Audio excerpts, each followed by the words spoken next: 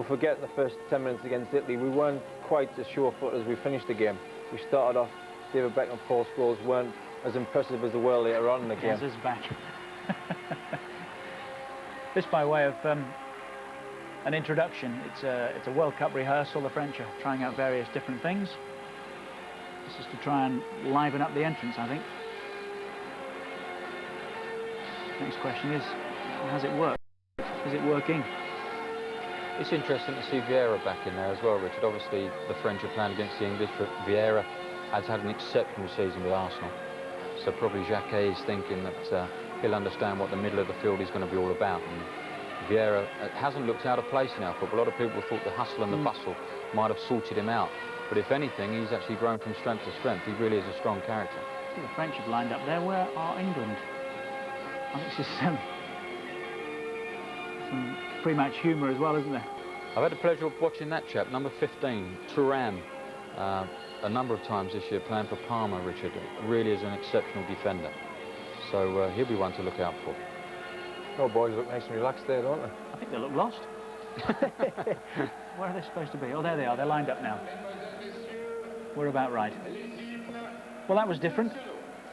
Not sure it was a success, but it was different. And here are the national anthems.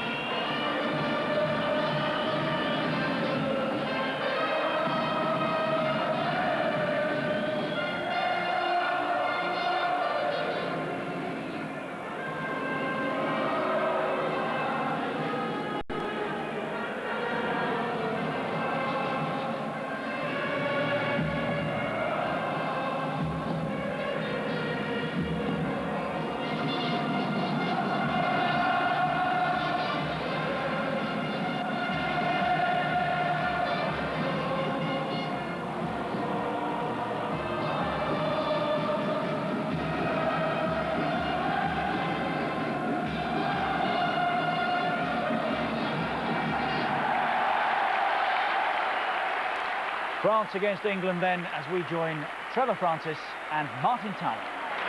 Thank you, Richard.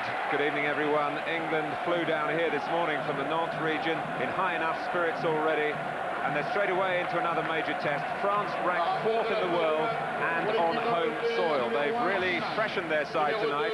Only Barthez, Blanc and Deschamps began the game against Brazil, though all 3 substitutes used in Lyon are in from the start tonight, including Arsenal's Patrick Vieira and the goal scorer Marc Keller. They will expect Yuri Djorkaeff to give the team direction, operating behind 2 forwards, Nicolas Wedek and Christophe Dugarry. Yes, a very attacking line-up and a big responsibility on the captain Deschamps. I think he'll be the most defensive of the midfield players. Vieira will play his natural role as he does for Arsenal, getting forward from box to box. Keller, although on the right-hand side there, he will swap from left to right. Djorkaeff, you mentioned, Martin, is world-class, and he's always a threat to any opposition. So to bring you right up to date with England, David Seaman back in goal, the same defensive 3 as in Poland, plus Graham Lasseau on the left. Phil Neville keeps his place on the right. David Beckham again more central in midfield tonight with David Batty and Paul Gascoigne. As you've heard, Gazza's 50th cap. Paul Scholes would have started but isn't fully fit. And Ian Wright's performances against South Africa and Italy have earned him a game alongside Alan Shearer. Yes, that's the only change I would say in terms of tactical sense. The fact that Wright is up front, 2 of them will play as out-and-out strikers. Possibly Gascoigne may play a bit loose, with Beckham and Batty being the central midfield players. But as I mentioned, Deschamps, a big responsibility for France, and I feel Batty has that for England. He will have to control the big threat that I mentioned of Djorkaeff. France have only 10 substitutes, from which 3 may be used. Caron-Beu injured early against Brazil. England named the full 11. Rob Lee has been back in full training after toe trouble. And as I say, Paul Scholes a minor muscle strain, and Martin Keown a sore shoulder. Well, it's taken Paul Gascoigne the best part of 9 years to reach 50 caps, but for misfortune and misadventure, it would have been many more. But he's very determined to play a part in what is developing into a very competitive England setup. Competitive against the opposition, of course, but very competitive to stay in the side itself. England and France meeting for the first time for 5 years. They drew in Euro 92 in Sweden, but both finished Euro 96 with identical disappointments. The 2 losing semi-finalists both bowing out on penalties.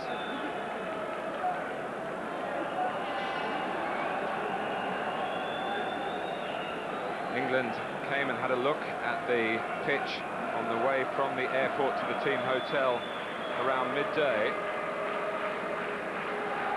And Glenn Hoddle did request for an extra cut to the grass, and it looks as though that request has been met, as we're off for both these sides' second game in the Turnoi. France certainly bounced back from a rather demoralising opening half an hour or so against the brilliance of Brazil, but showed themselves worthy competitors, as you would expect with their record, to get that 1-1 draw.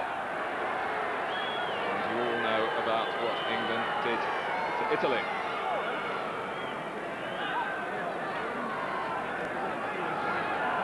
The stadium has undergone extensive renovation for the World Cup. That's pretty complete now, upgrading to a 35,000 capacity. So here's Gascoigne. David Batty, Paul Ince taking a break from the action tonight. Sol Campbell back in the team. Beckham had a good look to where Phil Neville had gone forward in that adventurous style of his, but decided that the pass might have been just too ambitious this early in the game, as Phil Neville really on his way back from where he was when Beckham had the ball. Here's Vieira of Arsenal, Deschamps of Juventus. Keller starting on the left-hand side. Wedek, home support, calling for a free kick. Dugarry, who was tracked by Blackburn Rovers a year or so ago, but chose to go to Italy rather than come to England. He's got a free kick this time. The referee incidentally comes from Morocco, which was once under French control, but I'm sure he will be a very neutral official tonight, highly rated by FIFA. So the first test for England here in Montpellier. Dugarry, who is more than useful in the air, and scored in Euro 96 with a header against Romania, you might recall. It's a nicely flighted ball, this from Djorkaeff, found the head of Dugarry. Gets up above Campbell, can't quite direct his header downwards. But already, Martin, we've only played, 2 minutes this game, and already the signs are this is going to be a more difficult game for England than what the other night was in the Italian game. Well, it's difficult for Barthez here, because it wasn't just a case of getting to the ball, it was where was the edge of his area as well. And he performed an awkward task, painfully, but effectively. Beckham's ball that had both Wright and Shearer sprinting forward menacingly.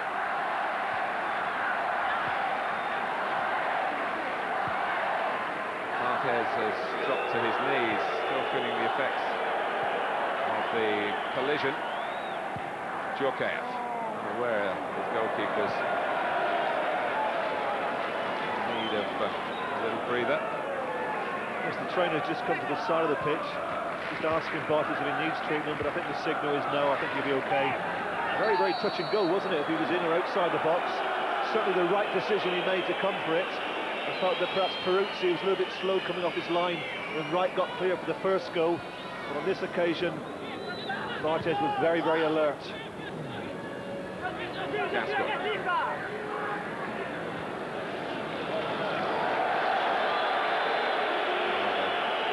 Catching Beckham on the wrong foot. Thursday, incidentally, there was so much rain here that the local fire brigade were put on standby. For off-surface water, had that been required, France had to cancel a planned training session on this pitch.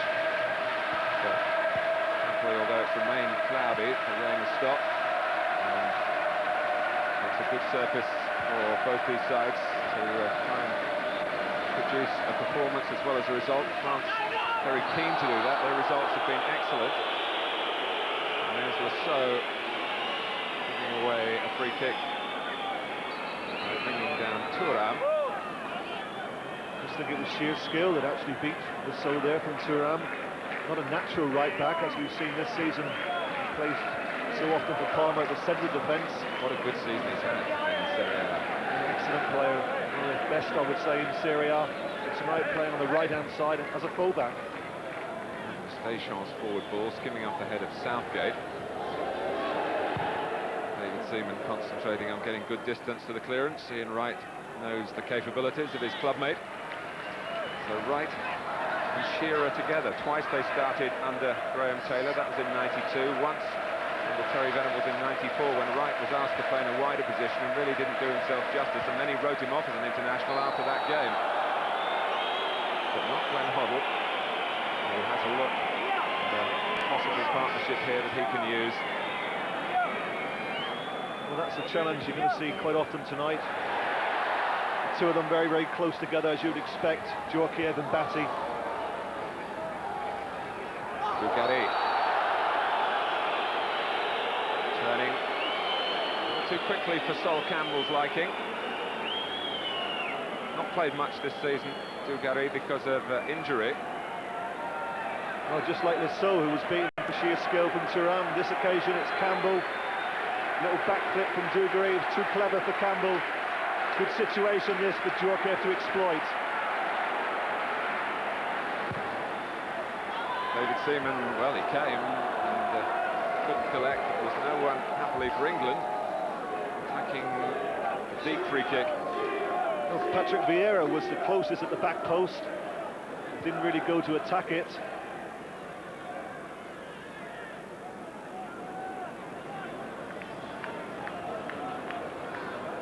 Where Barthez had to be very sound in his judgment, and he was, because it definitely was inside the area.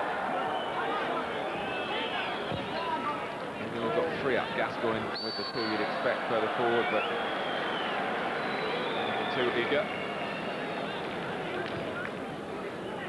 Gotti brought in to France in the back line in place of Desailly, who's not 100% fit.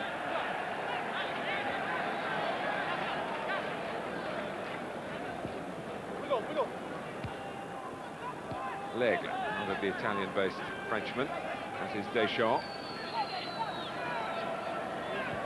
France, one defeat in 35 internationals, but there's still a national debate, believe it or not, about whether Aimé Jacquet, the coach, is the right man for the job.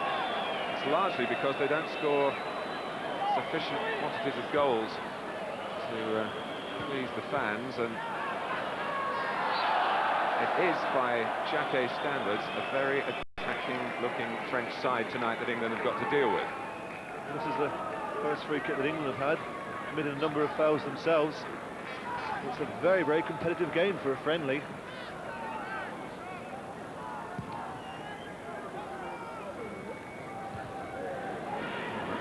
A bit fortunate from Thuram that went to Ngotti, his second effort more successful to get it headed back to Barthez. What do you say, friendly, Trevor?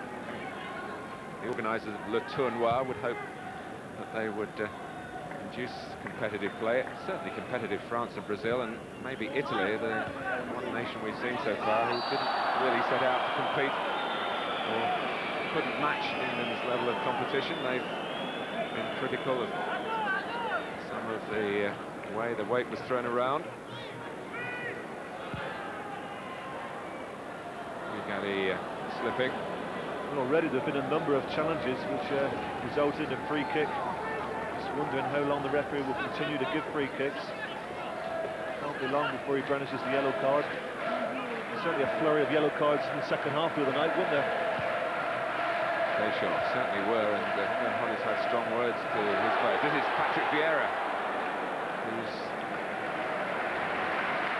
not known in French football for the power of his shooting, but the ball broke quite nicely for him then, but he didn't really attack the chance, the player who thought he was going to score.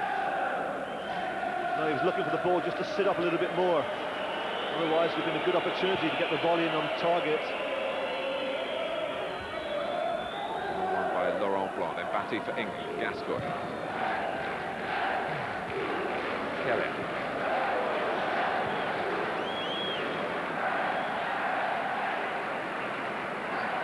Here's Gary Neville. The parents of Gary and Philip are in Montpellier, as they were in Nantes.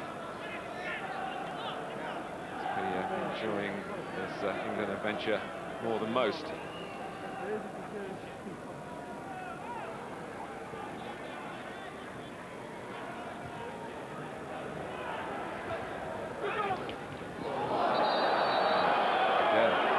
Desire to get the ball, but you're quite right, Trevor, the card had to come out sooner rather than later, and it's been shown to David Batty.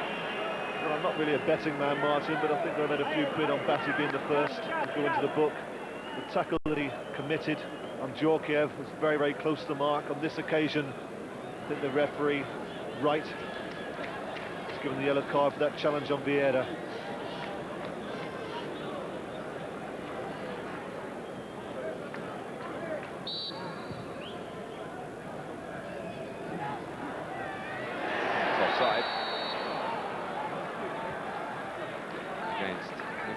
Wedek, who plays in Spain for Espanyol, hasn't had much of a season. He, like Dugarry, has spent too much time on the treatment table for the players' liking.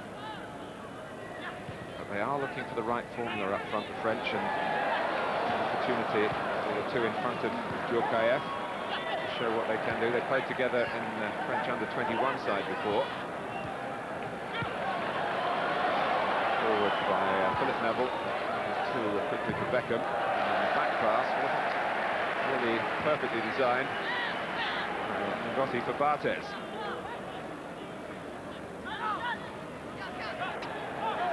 That's showing his strength then, but having to play on the retreat. Deschamps with little room to look around. Look for Wedek, quite enough weight on the pass. But a number of England players, Martin, in this early part of the game, being caught in possession of the ball. That's a bad challenge from Deschamps. Some clever play from Gascoigne. Saw Deschamps committed himself, pushed it through his legs. Quick free kick though from England. Graham Lasso is on his way here.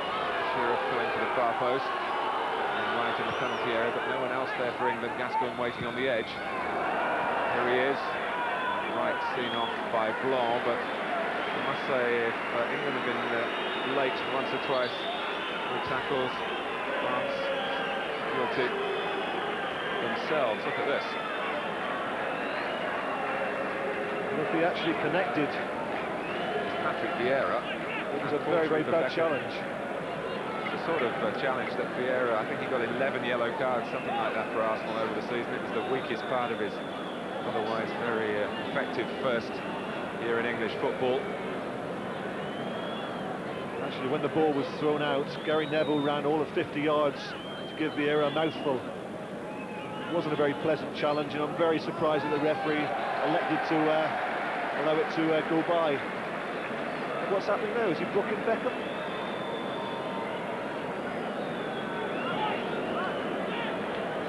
Well, David Beckham has been shown a yellow card, and one only assume that technically he's supposed to go off on the stretcher. Can you be booked for that? If that is the case, well, Beckham will miss the match against Brazil, having been one of 4 England cautions against Italy. What did I say about this being a friendly? Obviously not in the eyes of the referee.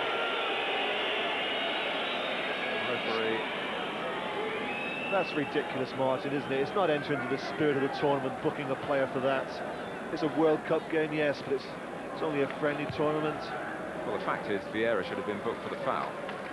Saïd Benkola from Morocco.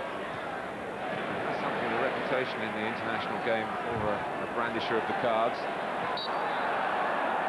And at the moment, he's got a difficult game to deal with. Yes, but he allows it to be like this. The first 3 or 4 minutes, there were a number of tackles that went in, could have been a yellow card. He allowed it to go by. Now he's got himself a difficult game. I have to ask the question as well, what is a referee from Morocco refereeing a game between England and France? Well, let me tell you that on Tuesday, Brazil against England, according to the official list, has a South American referee from Colombia, which also seems well, unnecessary in the circumstances.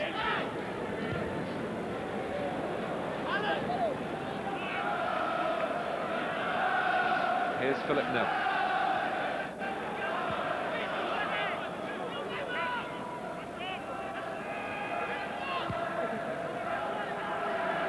Southgate, whose personal form has really improved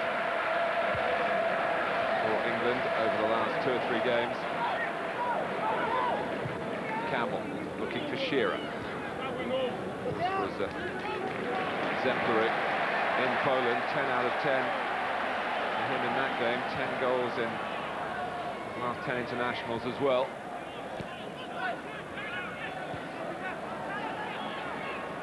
Vieira. This is Djorkaeff, who likes to operate in that halfway position. There is a school of thought, Trevor, here in France, that he should be the out-and-out striker and that Zidane should play in the playmaking role. But Djorkaeff has said he doesn't want to play there. But certainly on this occasion here, I'd be very alarmed if I was Glenn Hoddle with the amount of room that he finds himself in. There's not one midfield player within 10 yards of him. It was Campbell that had to come out to try and close him down. It's certainly a good shooting opportunity. It's rather wasted. Waiting. Reined in by Gary Neville. Philip Neville checking it with Gascoigne. Shearer showing, but England keep it in midfield. Beckham's gone through the centre.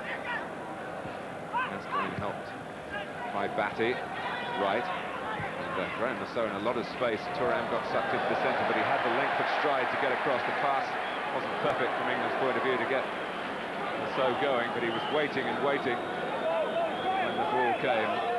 Thuram hit around there to get to it. Certainly Gascoigne didn't get the ball, and I think Thuram did him a favour. I think being a defender, he let him just down his feet. If he'd gone over, I think Gascoigne may have been in trouble. Of course, he got booked against Italy as well, and Hoddle would be starting to get a bit short of midfield players if he's suspended on Tuesday night as well.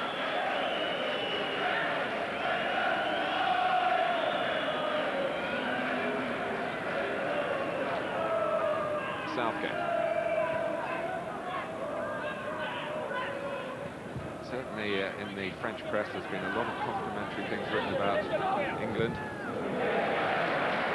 They've tended to rather look down their noses at our football. The old expression, kick and rush, is often thrown at you. And far more sophisticated these days.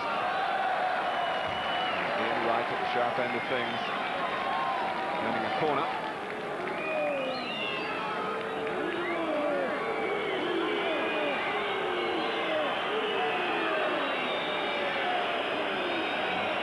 With the crowd behind Barthez' goal. Long, really clearing his lines with the header. Back from Gary Neville, but it's Gascoigne who's adjudged offside.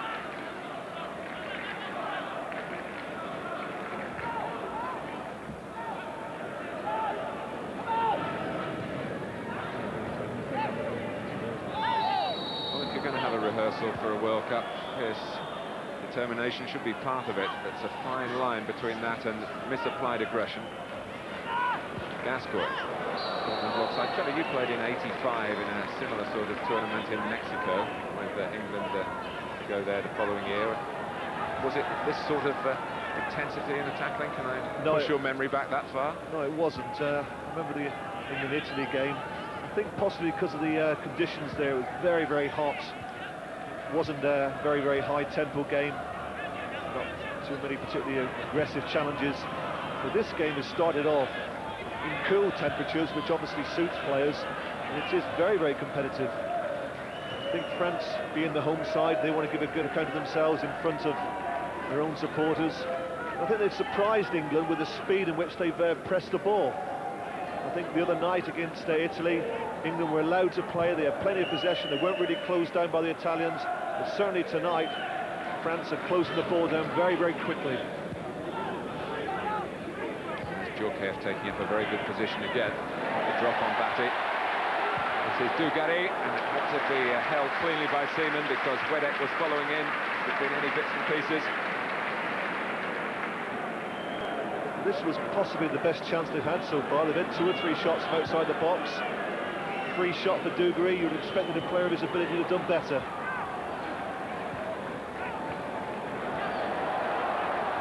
England's turn to press and force the error. Beckham. Now the ball again could have been on to Phil Neville, but once more Beckham decided to keep it safe and simple. Yes, he's trying his best, Phil Neville, to get forward, but not so easy tonight because he's got 2 players down this side.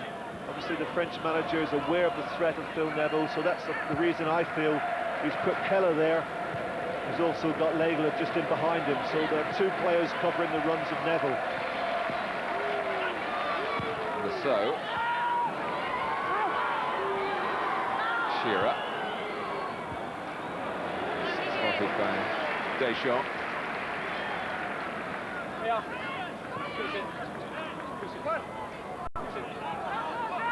England still looking for an attempt on the French goal. Well, I suppose after 20 minutes it's a little bit too early to be analysing, you know, what England haven't done in front of goal, but you do feel, Martin, over the last 3 or 4 years that England have preferred, with Terry Venables and with Glenn Hoddle, to play with a link player just in behind the front player, whoever it may be up front. Tonight, of course, they've got the 2 out-and-out strikers, and I feel it's in that area that we don't have the player who can receive the ball just off the front man. That's something that we should keep our eye on for the remainder of this first half. We're asking Beckham and Gascoigne to try and get forward, as Beckham is at the moment. There's that link player, I feel, is the one who's missing at the moment. Just one that Glenn Hoddle was talking yesterday about taking a risk, and whether that was the risk. Well, I feel that if Scholes had been fit tonight, undoubtedly he would have played, and he would have been the one that would have been asked to play in behind the front 2. Dugarry doing very well. And there were 3 hoping in the centre that he might be able to cut the ball back.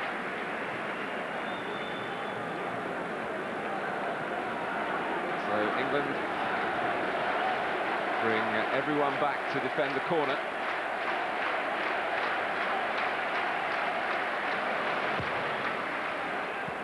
And that was Thuram.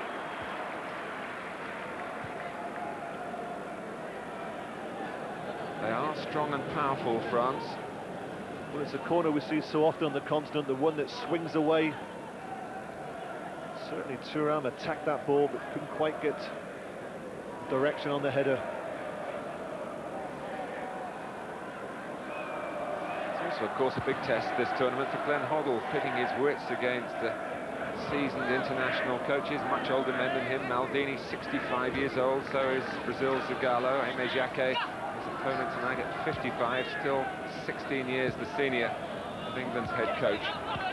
There's a lot of respect in France for Glenn Hoddle because of course his work as a player with Monaco. Djorkaeff. And there is also a lot of respect in this country.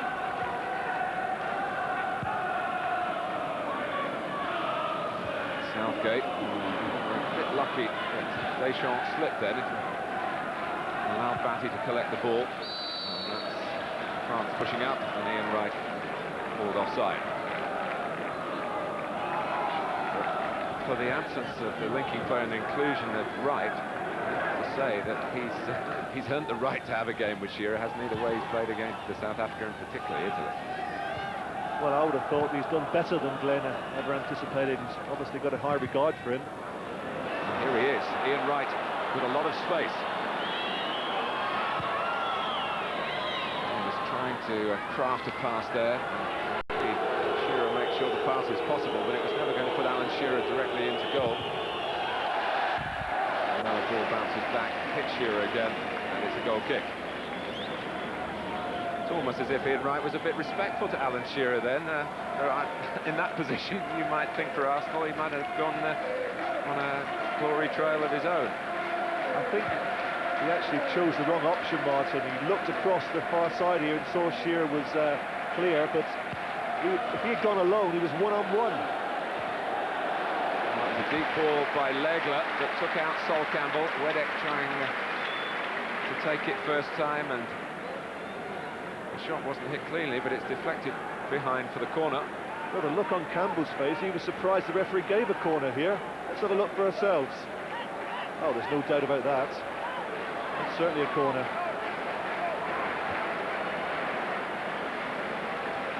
Laurent Blanc, very, very dangerous in the air, but he's watched well by Shearer. It was an excellent defensive header from Shearer. Keller trying to get the cross in. Almost 25 minutes played in Montpellier.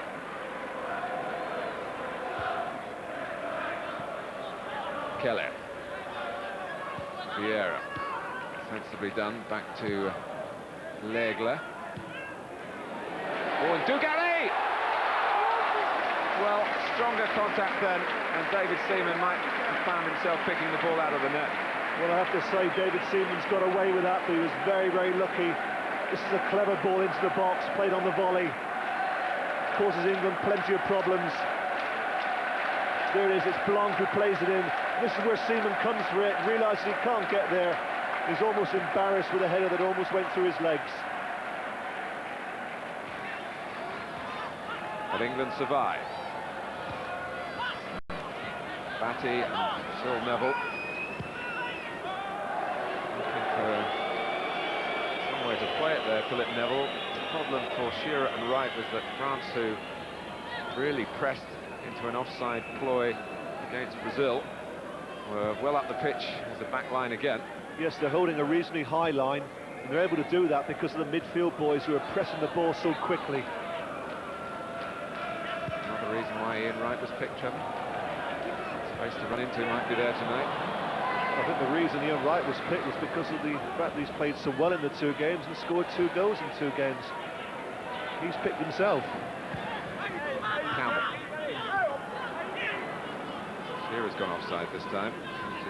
His movement to get back on. Wright running across the line. Phil Neville coming as well. Again, France get it right and England not quite, but there's surely going to be one occasion where England will get in. Yeah, I think the 2 of them were offside there, Wright and Neville. Deschamps.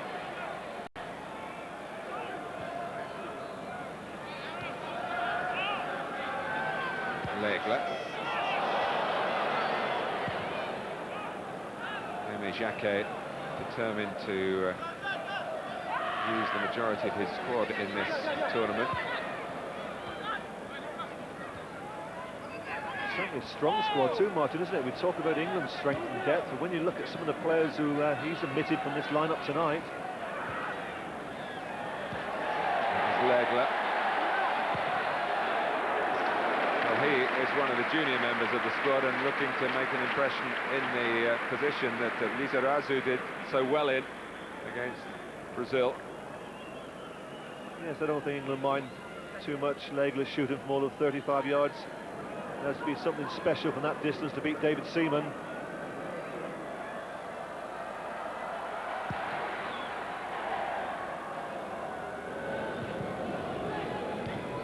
Djokev.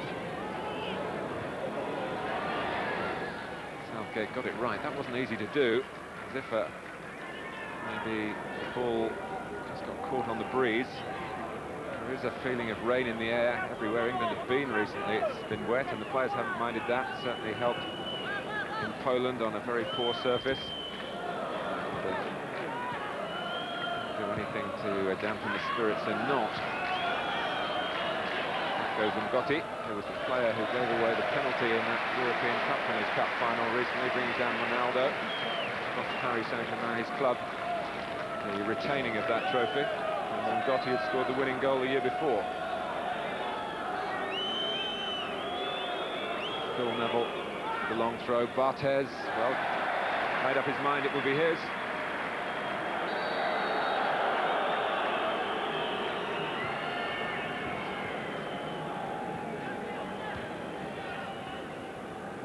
Djukev. There is Bruno Gotti, regarded as the best French-based defender. Many of the squad now are living outside of France. Here's Graham Lasso. Shearer right in the centre, was waiting well outside the area like Beckham and Batty. And Gascoigne. Yeah, England are struggling to get players forward into the box. Lasso was reluctant to put that ball in there because there's only two players, as you mentioned, Martin, Wright and Shearer. Maybe one or two more might go in now because England have got a free kick. But they haven't.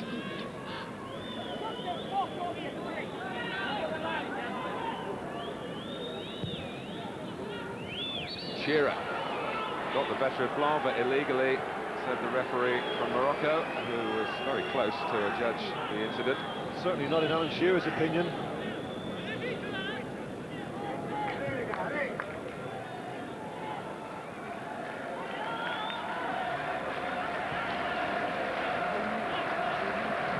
Vieira.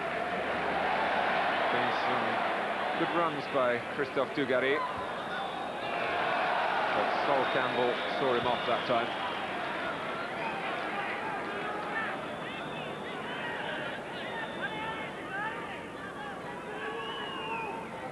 It'd be interesting to talk to the players afterwards, Trevor, and find out what they made of flying to a game on the day of the game. It was a genuine experiment by Glenn Hoddle, who used to fly around France as a player with Monaco and felt it never did him any harm.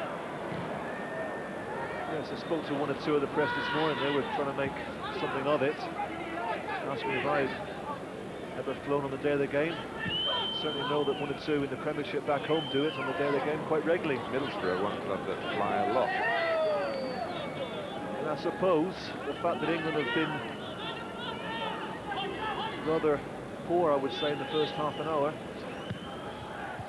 I suppose it may sort of suit them at the moment because they can attach it to the fact that they travelled this morning. But I just think it's down to the French, who have really surprised England. They've been very, very quick to the ball, very, very aggressive. They've taken England by surprise. Feeling the force of Philip Neville was Wedek. But there are going to be times when you can't always play your football. But what's vitally important is that you don't concede. We've played 30 minutes so far, haven't looked like scoring. But it's fair to say that there's only been one occasion when France have looked like scoring. L'Aigle.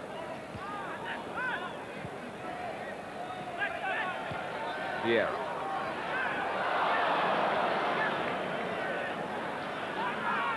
Nicely done by Gascoigne.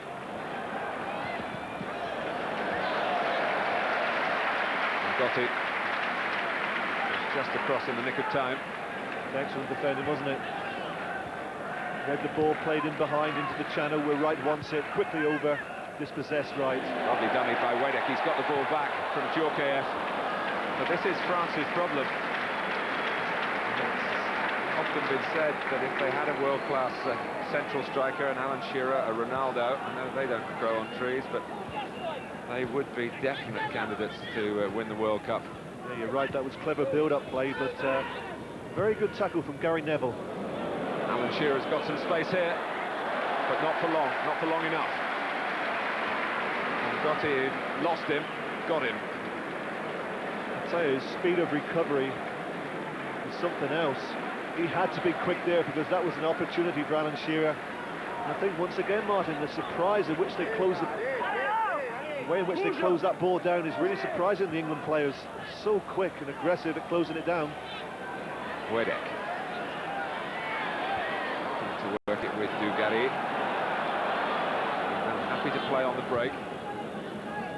Gascoigne.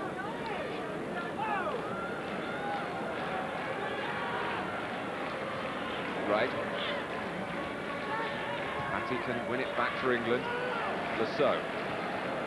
They're just pulling away from Blanc. And jumping with Legler. And Alan Shearer got the right man to compete against in the air there. It's a tremendous header, though, and Barthez had to spring across to save it. Good header and a good ball in from Lasseau. Only 2 players of England in the box, but he picks out Shearer. He gets above Legler. That's a great header.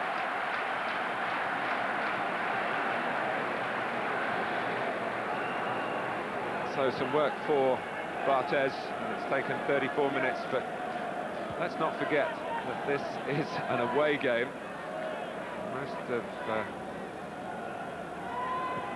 the impact of playing Italy was really treated like an away result, but of course it was away for Italy as well, the neutral venue. And as we stressed on the night, Italy didn't arrive really with the bravado of players who'd come to fully compete. Let's take nothing away from England's performance, which was of a very high order.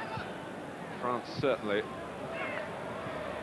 have been awaiting this tournament, having had no competitive games as the host nation. England found that difficulty, of course, with Euro '96, a series of rather insipid friendlies at Wembley.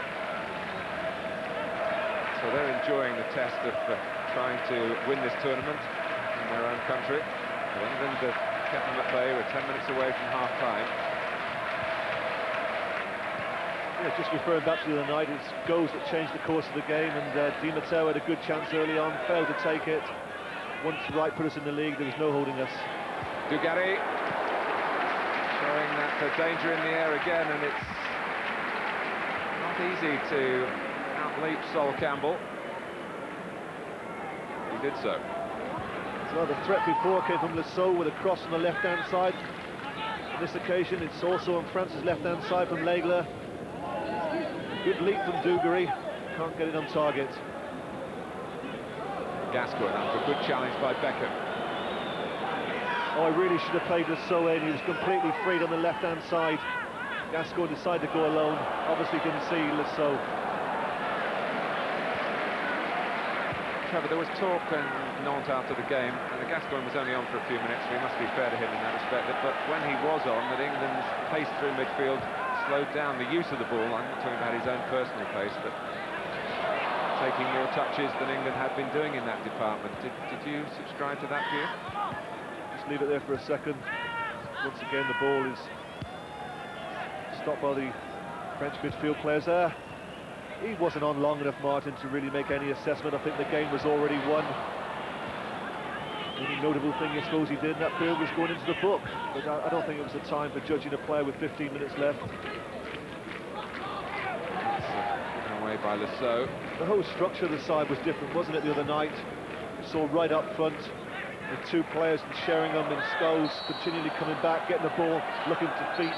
Sorry to cut across you there, Trevor, but David Beckham, who has been booked in this game and got a good telling off from Glenn Hoddle for reacting badly when he was booked in Nantes, was showing just a little temperamental weakness again. He was the first to admit in the press conference after the game that he is letting himself down in that respect, and had done it a few times for Manchester United in the second half of the season. But having said that, he's reacting then when he might have shown a cooler head.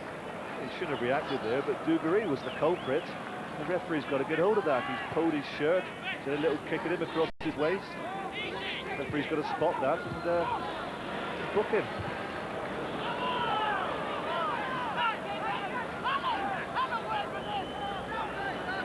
Well, of course, there's another game from the Turnoi tomorrow. You'll see it live on Sky Sports.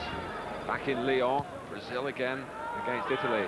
Very stung by the criticism that they got in their own country for their lack of performance against England, so you can expect a much more positive Italian effort. Join us for that tomorrow evening.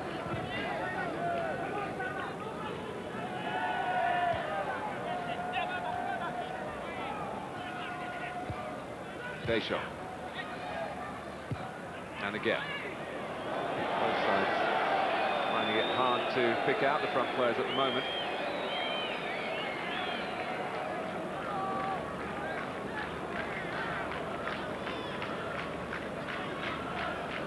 Hoddle seems to be enjoying it. John Gorman on the side there, Ray Clements as well. coach's sort of game at the moment. Match of fine margins.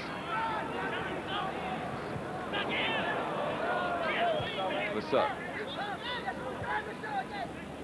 now Beckham, and certainly England have quietened the crowd, which is not always passionate in France. Frank Leboeuf was telling me in the week that France are looking for their 12th man for the World Cup. That is the support to really manifest itself. In Montpellier, there is a feeling that they are more aggressive and more passionate, the supporters. They're frustrated with the team, though, and worried about England's break here, which is a Gascoigne attempted pass for Philip Neville that doesn't come off. No, I think that's been typical of England the first half. Their passing hasn't been as good as it was the other night. But let's just think back, just over a week ago, the talk was whether England would qualify for the World Cup. Now, certainly over here, there's been major debate about how strong England are as contenders to win the World Cup itself. That's a giant leap. And of course, no one should truly get carried away with Italy away to come in October. No, I would say playing against Italy, Brazil and France, if you come away from those 3 games unbeaten, you've had an excellent tournament. At the moment, we've beaten Italy, we're drawing here, so it's going very, very well. Legler. It's a hopeful ball forward. Dugarry does enough to put Campbell off in the jump, but then fouled him as the chase developed. Beckham. Clark and Gotti finding that Shearer and Wright moved superbly together, and Ian Wright in front of goal found that Barthez, who played so well against Brazil, was able to keep out England's clearest opportunity so far. Well, certainly the linesman got it right because they weren't offside. The French got it wrong. Excellent run from Shearer, and Gotti tries to play offside. Good awareness this from Shearer. He knew exactly where Wright was, and Ian Wright would have expected a score, but that's an excellent save from Barthez. Certainly the best save of the game. Corner easily dealt with. Wedek trying to get it to Djurkaeff, whose first touch on the stretch, to be fair to him. Then they took the ball into the path of Gary Neville. In frustration, Djurkaeff bowled him over. Well, undoubtedly Ian Wright will be annoyed with himself for missing that, but I think we have to give credit to the keeper Barthez. Put it down to an excellent save. Beckham looking for Wright again. And Shearer and Wright were onside both times, weren't they? Certainly the first movement for Shearer, and when he played it to Ian Wright, Wright was level in the centre. So it was well worked by England, but in the end not well taken. Keller. Off Philip Neville for a corner to France. I'm just saying, Martin, that's the downside of playing offside, of course. You only have to get it wrong once.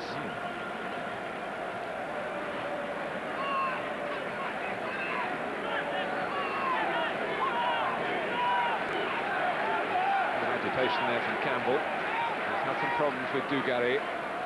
Djurkaeff with the corner. Legler. Well, it went through the crowd, but happily for David Seaman, it wasn't on target. I don't know if you see this, Martin, but as Legler shoots here, just look at the 2 French players, the strikers completely unmarked. Dugarry and Wedek. You don't actually see it too clearly, but the mark wasn't too clever from the England defenders.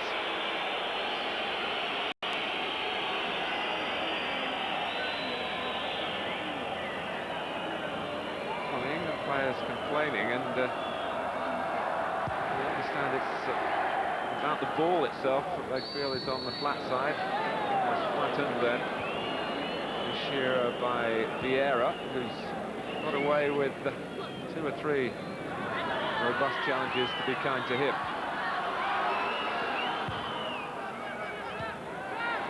Deschamps does so much fetching and carrying for France. Vieira losing it. Shearer and slow snapping in. Be careful with the challenge here. And France switched the play well. And this is Yuri Djurkaeff. Philip Neville. Oh, now the That's ball never surely a foul. played then. That's never a foul. That's an awful decision from the referee. Sadly, the referee's not up to it, Martin. Gascoigne was fouled initially by Thuram. It broke away. That was a great tackle from Phil Neville. Well, he is at least going to bow to England's request to change the ball. But Philip Neville with great speed. And he was the first to react, but other England players were around quickly. And England feel that they're getting the rough end of this. And in the 45th minute of the first half, a chance for France to show their paces at set plays. Well, there's only one fellow who's going to take this, and that's Djorkaeff. He can be very dangerous from this sort of distance.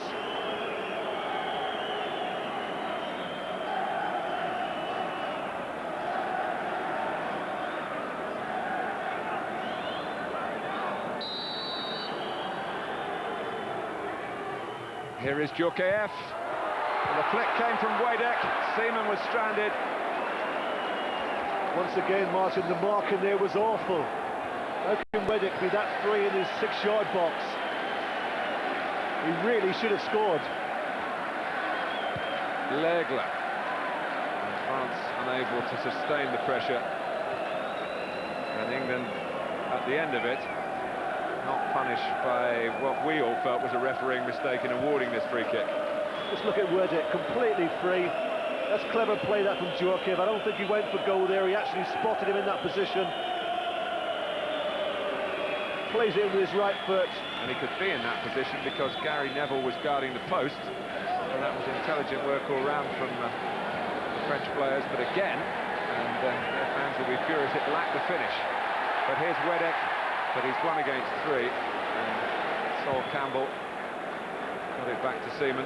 Well, Wadek, what he chose to do, Martin, was the little flick, but actually he could have pulled the ball down with the instep of his right foot, swiveled and scored.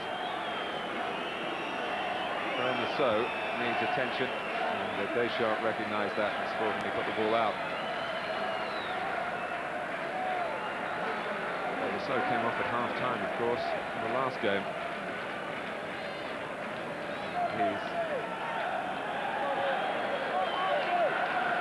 waiting for the referee to allow Harry Lewin and Alan Smith to come on. Just hope Lasso goes off on the stretcher. Well, still flabbergasted by that. Maybe we missed something else, but that seemed to be what he was yellow carded for, David Beckham. There is the stretcher. And yeah, Graham Lasso, who is an intelligent guy. Here's the free kick again. I'm sure Djorkaeff actually saw Wadek in that position, and look, that was a good goal-scoring opportunity. Completely unmarked. Should have Whether scored. Graham Lasso got a bang in the face there. There was an incident when he was chasing the play, and it's been a fierce first half. And as a rehearsal for what you might call more genuine competition, well, it's been more valuable experience for England. 0-0 at half-time, but it could have been 1-0 if Ian Wright had kept his goal-scoring run going with a set-up from Shearer, but he couldn't take the chance.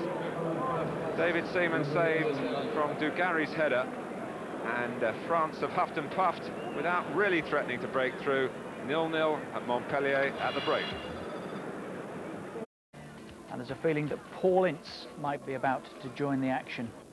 Just wondering, Ray, if that was the case, in what sort of role? To protect and look after a Beckham instead of a Beckham who's picked up his second booking now in this tournament? I think the last 10 minutes or so, Richard, the French were actually getting at us through the centre of the field, and Glenn might feel that just to stick Paul in there to add a little bit more security to a back three might be slightly more advisable. We saw Djorkaeff sprinting towards our box, and it was a wonderful tackle from Philip Neville, but unfortunately the referee called it a foul.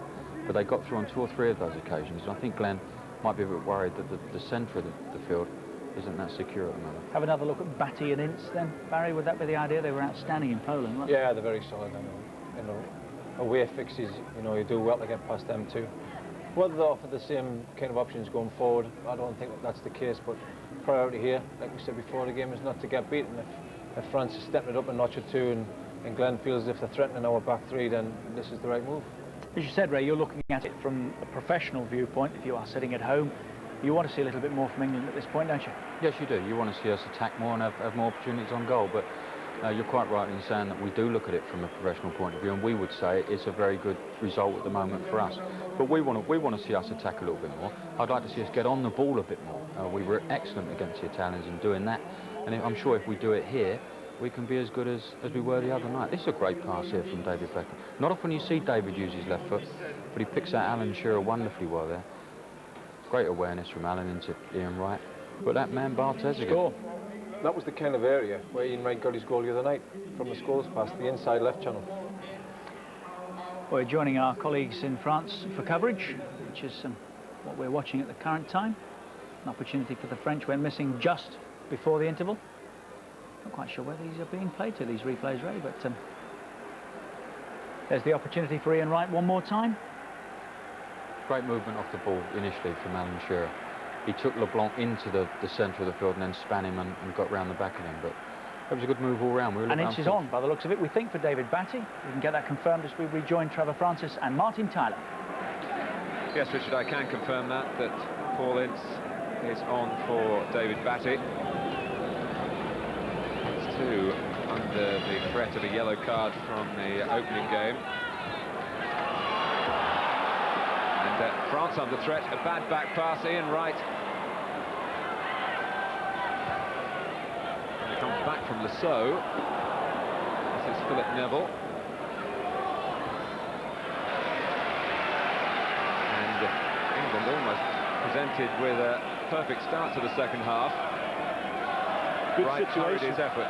Good situation, Martin. They didn't really make full use of.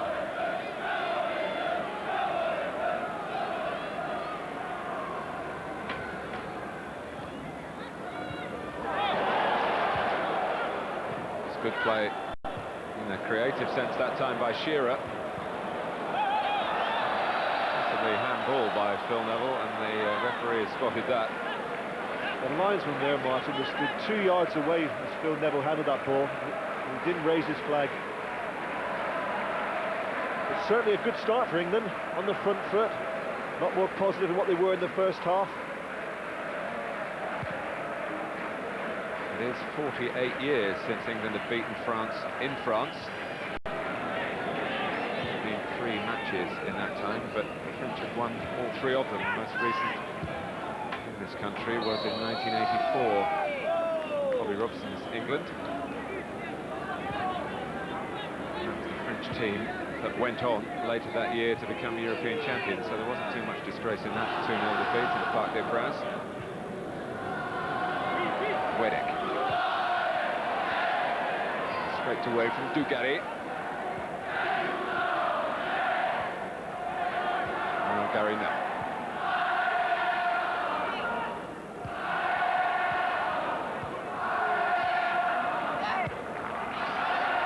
It's using the chest as a pass, and Gascoigne was being tugged, and he'll take some retribution of his own then. The referee has given the free kick, and Vieira smiles. Gascoigne recognises a smile, doesn't he? And he went straight across and shook his hand. If it had been a scowl, a different matter. So good link-up play that between Ince and Gascoigne. Good chest control from Ince, knew exactly where Gascoigne was.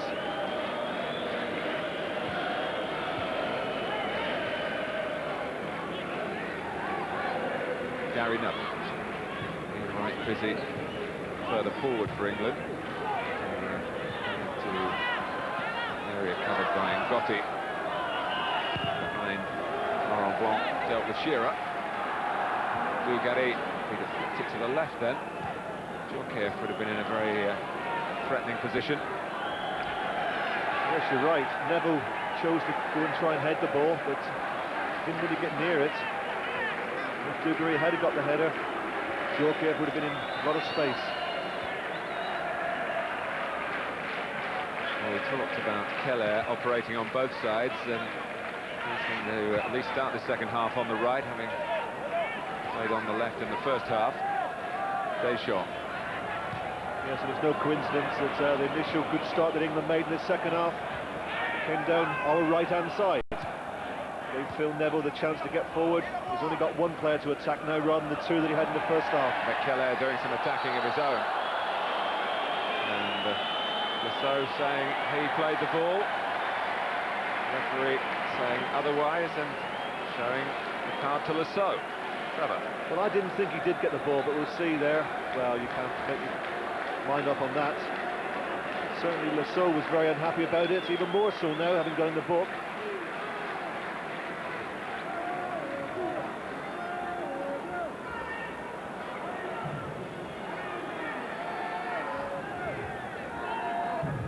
So what will Djorkaeff come up with this time? Gotti is there. L'Aigle just out of your picture to the left. Djorkaeff cleverly towards Blanc. And England were pushed to the limit then. I'm not so sure that wasn't a penalty. Clever ball in from Djorkaeff. Did Shearer push Blanc? Well, he falls as if he's pushed, but I don't think he made any contact. Let's have a clearer look here.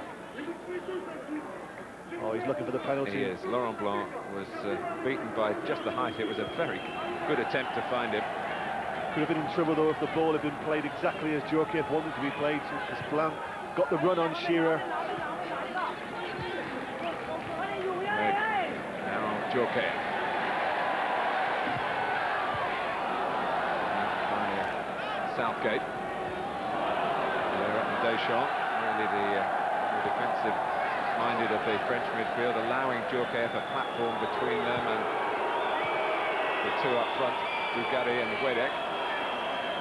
Beckham, England stretched again though. And Seaman's kick, not one of his better efforts. Well, I was going to say, his kicking in this game hasn't been his usual self. Ian Wright covered a lot of ground actually to help out David Seaman and get underneath the ball as it dropped. Well, a wave going round the ground, and that's always a sign, isn't it, that the crowd is losing a bit of concentration. England will hope to keep their concentration. Vieira, well read by Ince, and Paul Ince, as he blocked off by Blanc. Get up, says the referee. Again, one or two England players turn away, feeling that they were on the wrong end of the decision. Beckham in particular, who must keep his emotions under control.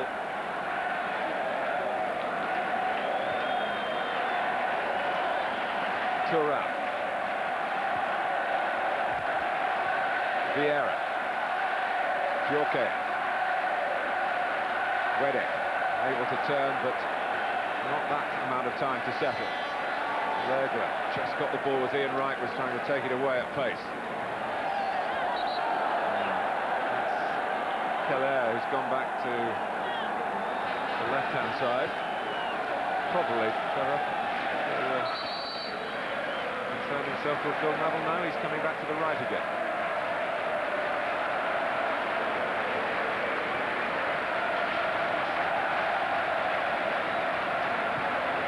Ground that France come to very often. They are, like Italy, a nation that moves around the country, bringing the national team to the people. They played here last in 1990. One sense that a lot of the French fans had travelled almost as far as the English fans to get right down here to the south of France for this match that marks the halfway point in the Turnoi de France. Shearer ricochets back the way of the England captain. Early cross, aimed for right, easily dealt with by Thuram.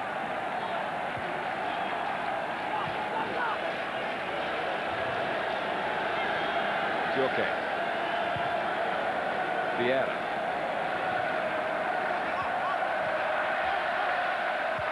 Keller. David Seaman deciding to go a long, long way. Not an easy take, dropping over the shoulder. It is for that man.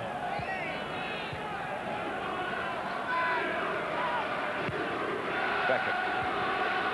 Well, the idea was good, wasn't it? Excellent run again from Wright, looking for the ball in the space behind. Just needed a little bit more on it, the ball from Beckham. Well, contact there between Gary Neville and Dugarry. The referee saw of a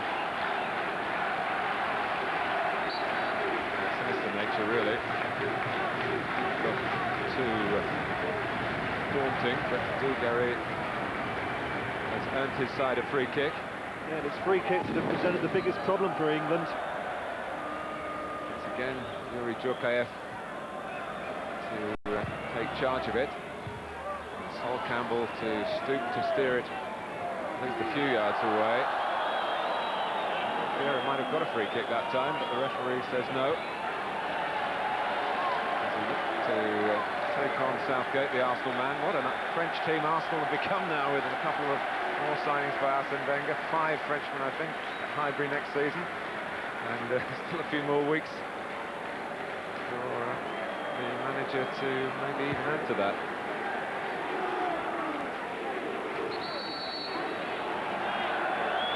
Free kick given against Ngozi.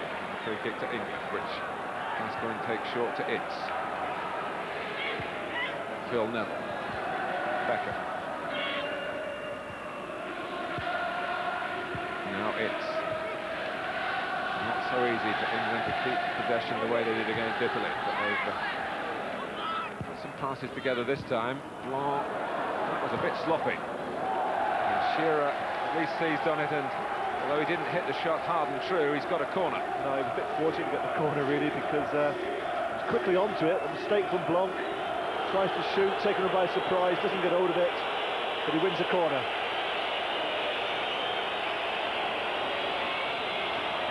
So the camera picks out Shearer. I don't know whether the corner will. He'll force his way to the ball, but France cleared their lines, and they've got Keller at pace. Wedek steaming into the centre. Djorkaeff's already there. Seaman deflects it. Gascoigne almost lost it. And Campbell picks out a fine ball for Wright, who's got a good bit to do here. And he's got a free kick. You just feel with Ian Wright there's a reluctance to go forward and attack the last man. Certainly got a lot of pace, and I think in that situation there against Laurent Blanc, he'd be better advised trying to take him on. Lasso. To reconstitute the old Blackburn connection. I'm sure he got a lot of goals in the Premiership from that type of ball from Graham Lasso.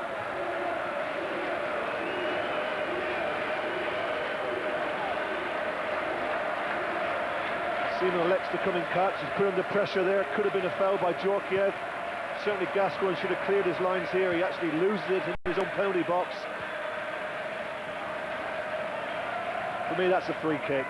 Djorkaeff hasn't attempted to go for the ball.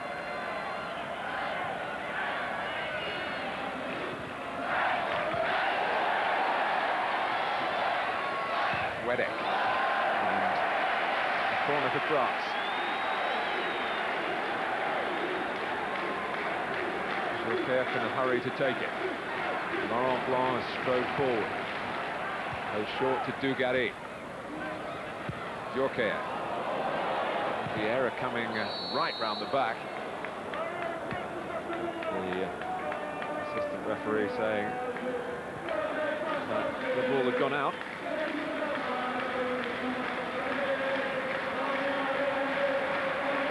Shearer keeping Blanc in his sights.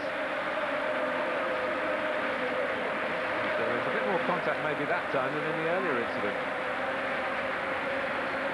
Yes, he grabbed his shirt, but I think 9 out of 10 times in the penalty box you can get away with that.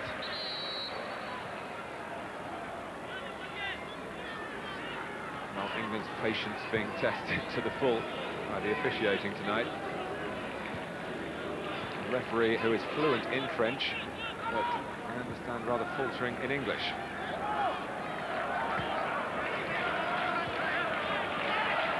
Too much difference on the foul count.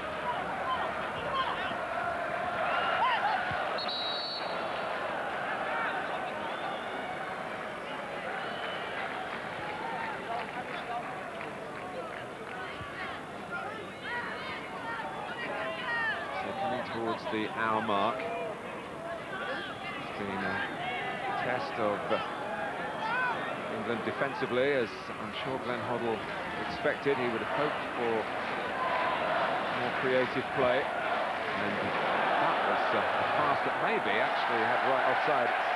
A close one to Paul, but the flag did stay down. It was Beckham who spun superbly to drill it through. It was a great ball with his left foot.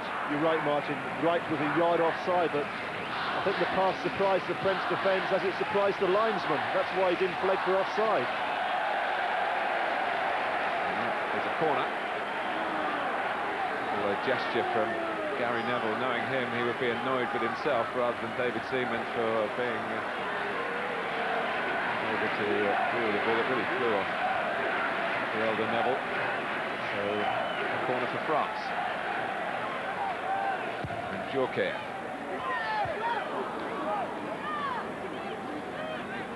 England push out. Keller. Now Vieira. Still only 20. Legler. Gotti. Nice little pass, and England happy about that. Gotti very pleased to be called into the side on this ground where he's telling everyone he's never lost club football. Montpellier, the local team incidentally, finished absolutely mid-table, 10 out of 20 in the French First Division. Manchester United came here on that run towards the Cup Winners' Cup success in the 1991 season. And won the game, and Paul Ince actually played this pitch then. Camp cut it out. Clean first touch, but it's got a free kick, and England might have been allowed to go on then.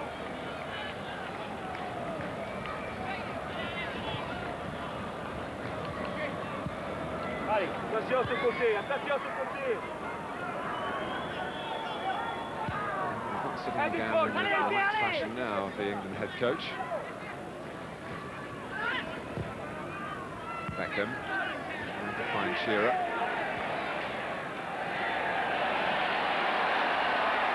And this is Djorkaeff. Having taken it that far, the pass had to be right. He had an opportunity to release Vieira a bit earlier than that. That was a good situation for France, 2-on-1 against Campbell. Djorkaeff should have done better. It's Gascoigne.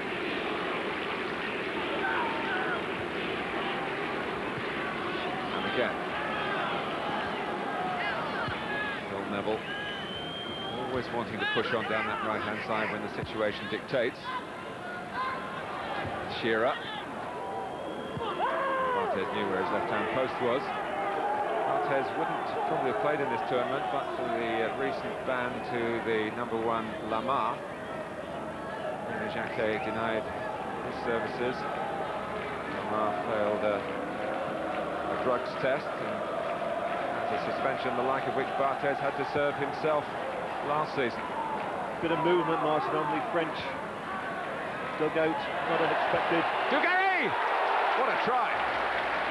A dipping volley that didn't quite dip enough for the French striker.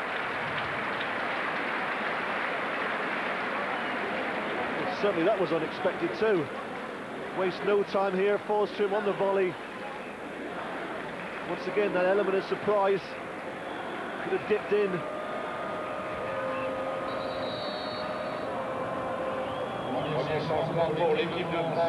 Christophe Dugarry, 18 previous internationals, has only scored twice. Nearly added to that.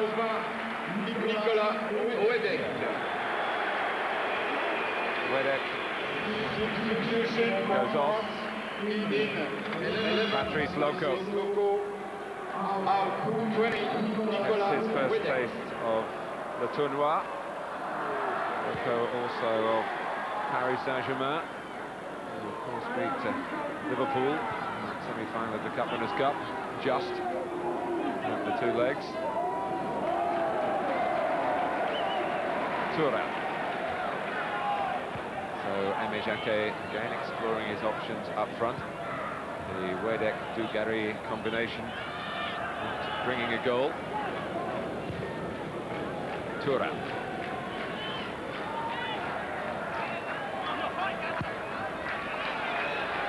Dugarry! Well, he outmuscled Gary Neville to get the header in. And England have found him difficult to deal with right from the off. Well, Gary Neville makes no attempt to actually head the ball, he just stands his ground. Dugarry gets the header in. Good ball in this from Thuram. Nice pace, curling away. Well, there's talk of Christophe Dugarry leaving Milan and going to Barcelona. The problem is Barcelona want to hang on to Ronaldo. That saga goes on and on and on, and Inter think they've signed him. Barcelona refuse to let him go. It may be that FIFA will have to intervene. At the moment, Alan Shearer remains the most expensive player in the world. Dugarry's career is slightly on hold because of the hiatus involving Ronaldo. Here's Gascoigne. Did that well.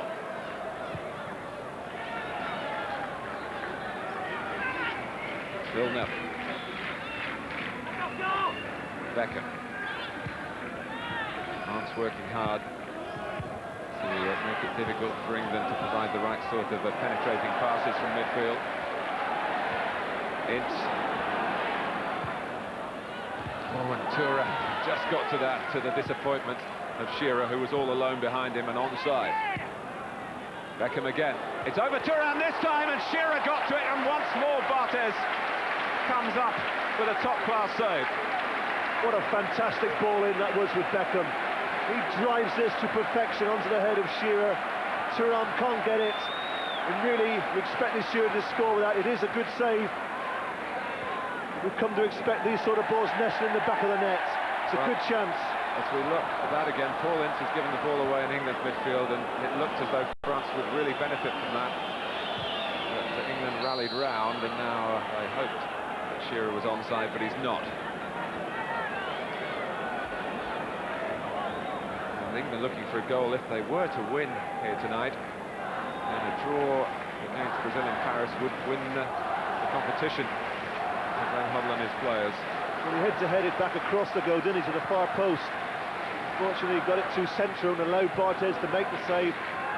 What a great ball that was from Beckham. We've seen the first one fall short. Beckham was determined to get to Shearer with his drilled effort. And here is Alan Shearer with Lasso racing infield. Shearer switching the play to Phil Neville.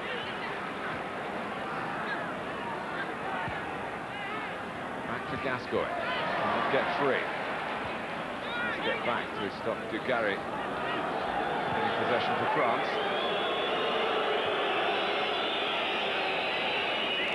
Campbell. Right, Shearer through the centre this time. Gascoigne, and right in that half-and-half position, so favoured by Sheringham. Shearer onside, right likewise. Beckham going near post. Cross doesn't come. Keller complaining that the cover wasn't right.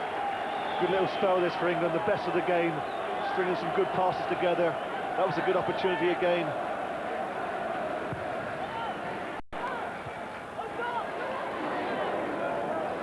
Phil Neville getting to it, but to only put it out of play, it allows England to regroup.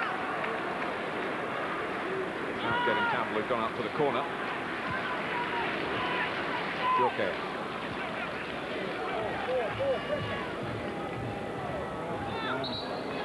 The time in the game, Trevor, well, we often notice in Premiership matches where games, when they've been tight like this, tend to open up. Fatigue sets in. And both sides creating chances in the last 10 minutes or so.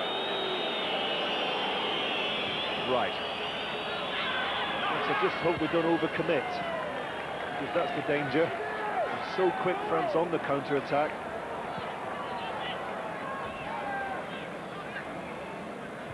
Deschamps.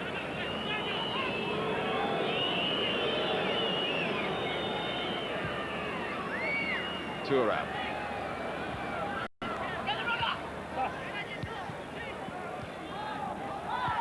Vieira.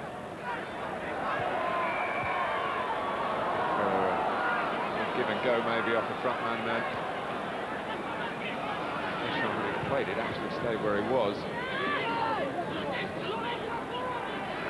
Bulgaria only had players in a line with him, and it's impossible to find them. Tura, Kelly.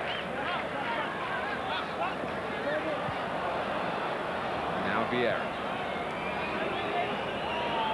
Djorkaeff. Sense the crowd have expected more from him. Yes, you can sense that the patience is running out. And also, every time Djorkaeff gets possession of the ball, he's greeted with whistles from the crowd. Slightly surprising. Well, the debate, as I say, has been going on because Zidane has been saying he'd like to play with Djorkaeff, and Jacquet indicated he wants Djorkaeff to play forward, and he'll hurt the opposition, even if he's not an out-and-out striker, by getting into the last third of the field. He doesn't want to see him picking the ball up on the halfway line all the time. Made that point quite clear in a press conference yesterday. Here is Djorkaeff.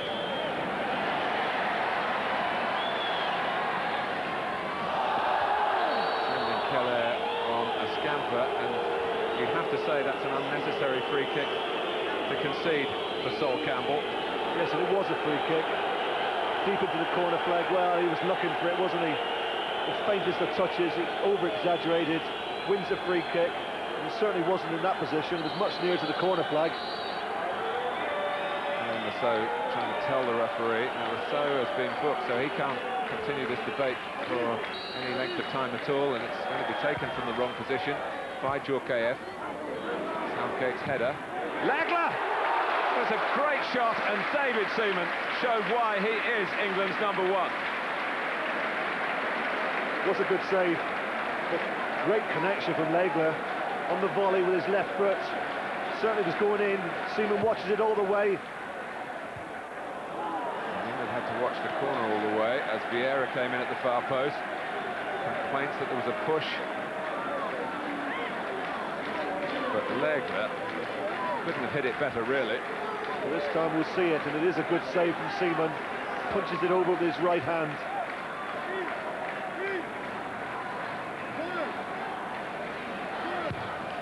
England have got to maintain their defensive discipline here, and Shearer doing his bit.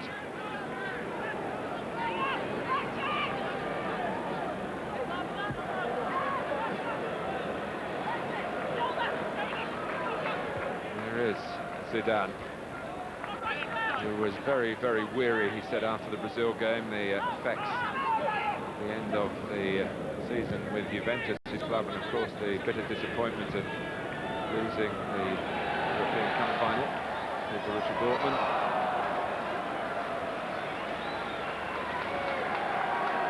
Bulgaria wanting to go and get the ball to get the game restarted.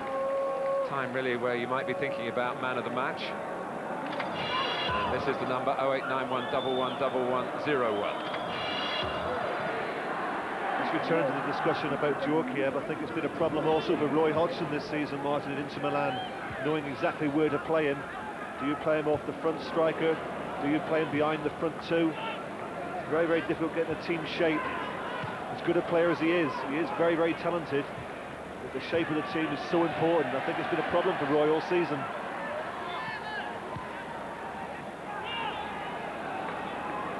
Here's Vieira. Here's the player we're talking about, Djorkaeff. Back to Vieira, Loco involved as well. Loco, I'm not referring to Gascoigne. That's Gascoigne's pass.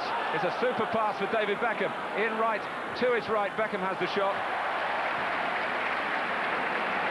And Barthez puts the ball away very quickly. Keller for Patrice Loco. Chance here, Jugari lets it run.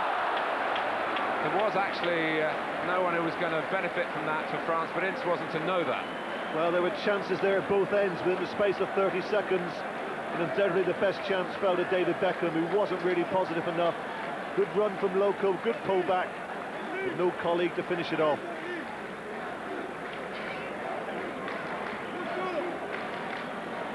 Djorkaeff getting plenty of corner-taking practice. It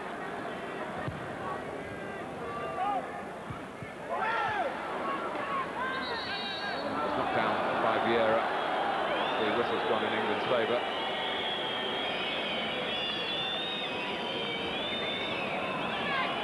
Great ball that was from Gascoigne.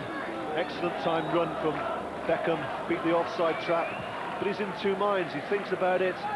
By the time he decides to go alone, he allows the defender to come over and put him under pressure. Been too many occasions where maybe Beckham's elected to get ahead of the ball like he did there. And Gascoigne found him with a prime pass.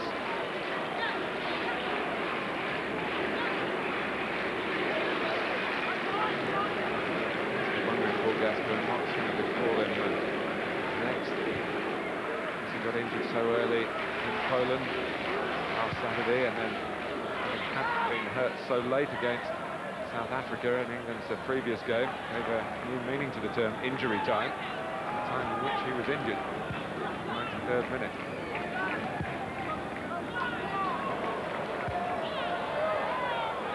So having to chase, well, not chasing him, given up on his own header. England's policy be for this last 15 minutes or so? I think, as Ray Wilkins said at the top of our programme, a draw would be regarded as a very good result here. Well, this is the chance that Beckham had, just slightly delayed it, allowed Ngozi to get over to put him under pressure. Not really a problem for Berthez.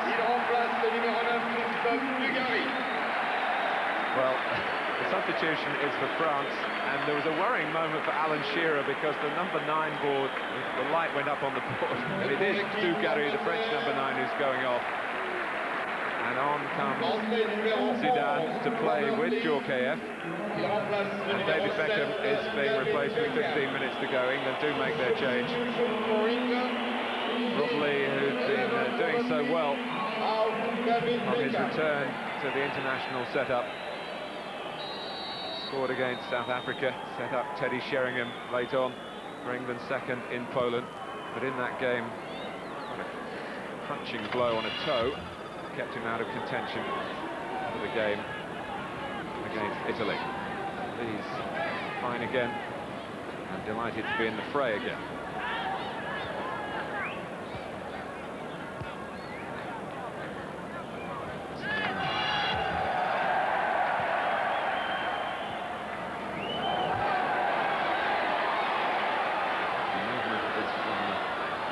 Djorkaeff trying to go it alone. Again, Gascoigne backing his ability on the ball, close to his own penalty area.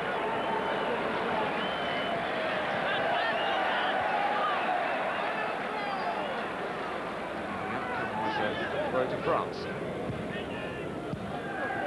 Zidane.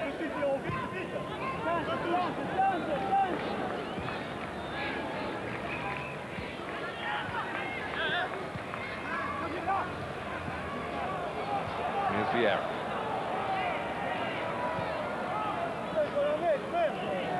Right in the game, fatigue sets in and discipline becomes that much more difficult. Zidane looking to force it through. Campbell's ball, and Ian Wright was unlucky. It's been that sort of evening for him, really. Blanc. Vieira.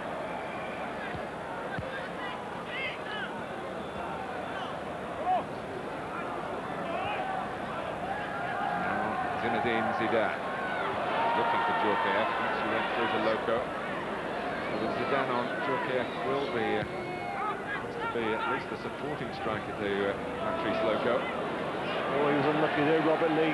Timed his run perfectly. Nobody went with him. The flick had just fallen to him, he would have been through. Thuram on the same wavelength to Loco. Couldn't really have run in there without being offside. I have to say that Thuram does look like a central defender playing in a right-back position.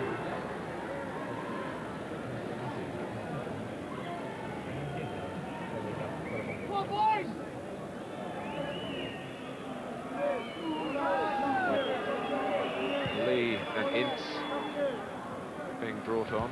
Here's Shearer looking for Rob Lee's run. Corner for England. Ben Hoddle going even further towards reconstituting the side that played in Poland, that started the game in Poland. What Laurent Blanc is complaining about is the run from Robert Lee, when none of his midfield colleagues attempted to go with him. Found England in a situation 3-on-2.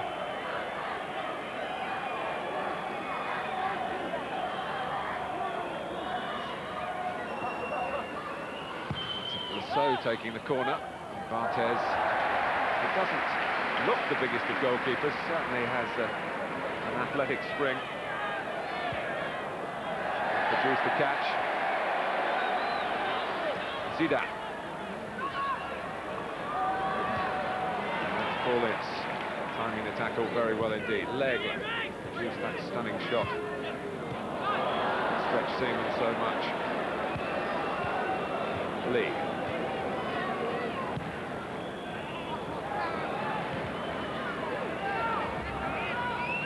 The ball was actually touched off the pitch there by Teddy Sheringham, who was going to get the chance to touch it on the pitch. And another of the heroes of Katowice. So Ian Wright goes off. Sheringham out, 20-yard right. Textbook stuff from Barthez. He's actually a fan of the game of rugby, brought up in that part of France where the game is strong and follows the game. Almost played it at a high level, so really able to use his hands. Another reminder for you of what's happening on Sky Sports football-wise tomorrow night from Le Tournoi, from Lyon. Brazil against Italy. It's so many great games between those nations down the years.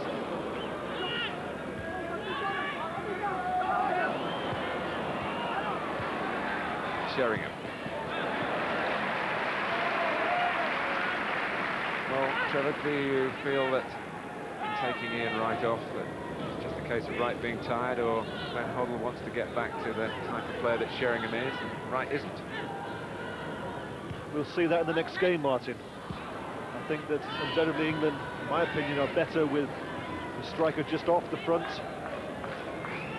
It's not to say that Ian Wright has played poorly, of course. He's done very well over the last 3 games he's played for England. But Alan Shearer enjoys playing with Teddy Sheringham.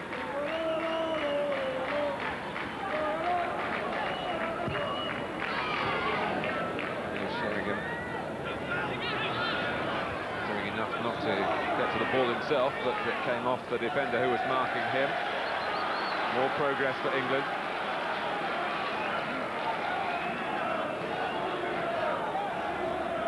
So this time, but Gascoigne going across to take the corner. England fans behind the goal, but England are attacking. Hoping to see something special from Ben Hoddle's team at this set play. Sheringham. It's deflected, I think. Gascoigne kidded that he was going to play it to Robert Lee and picked out Sheringham instead. What a great attempt this is by Sheringham. Difficult ball to hit. He does so well. Thought for a moment of deflection and actually gone into the net. Claiming another deflection there, but it is a goal kick. There was a spell midway through the second half when France were just beginning to put some pressure together, but England, I must say, coped with that well, and looking to finish strongly themselves, and it just struck Legler, didn't it? Don't think it would have gone in, but certainly deflection could have taken it in. It's Legler who goes off for Lizarazu, who played so splendidly against Brazil. He is being courted by a number of clubs. He plays actually for Athletic Bilbao, top division in Spain at the moment.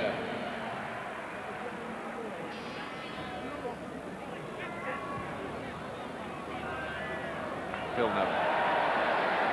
Lizarazu quickly down to business. 7 minutes left. Zidane. Good tackle again by Phil Neville. Great recovery. Lizarazu had 2 or 3 yards on him. He was so quick in his recovery. Well, he's not given a free kick. There weren't so many protests from England that time. They're concentrating on dealing with it rather than disputing it. Seaman opts to fist it away. Taken by Zidane.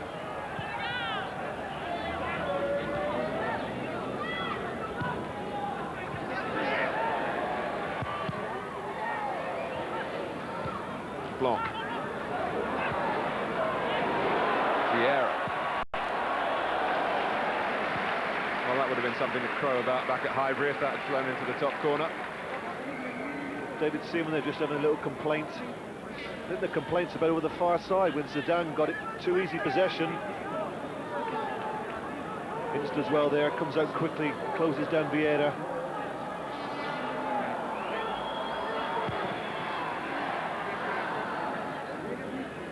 Shearer. Blanc trying to carry it forward, almost took himself into trouble, but with the help of Deschamps and Vieira, and then Djorkaeff Zidane. That was as purposeful a move, really, as the French have put together in a direct fashion, but Zidane, in whom they have so much faith here, couldn't round it all off with a decent strike. Good interplay, wasn't it, from Djorkaeff and Zidane? But once again, similar situation to what we saw in the first half. Not under any real pressure, but snatches at the shot.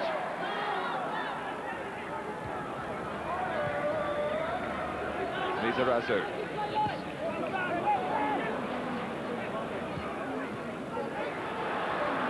Shearer to Sheringham. And they've got players flooding into the centre. Sheringham's cross, and it deflected. Oh, and a goal for Alan Shearer! A mistake by Barthez. Shearer on hand, and England are in front again.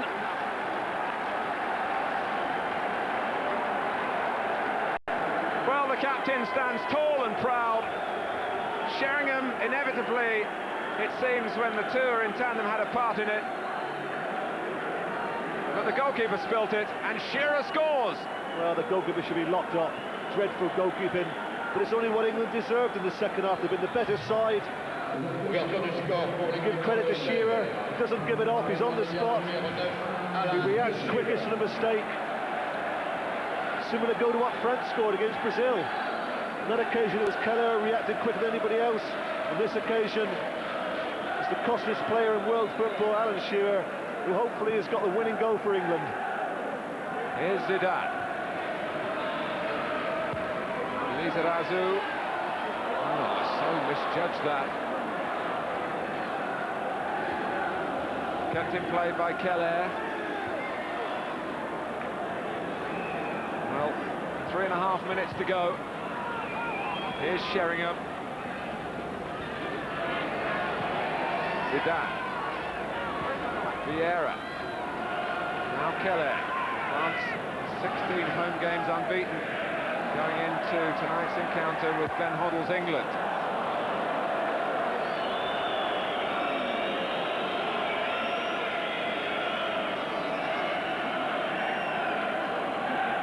Well, the England supporters, not too many of them in the stadium, but really making their jubilation heard.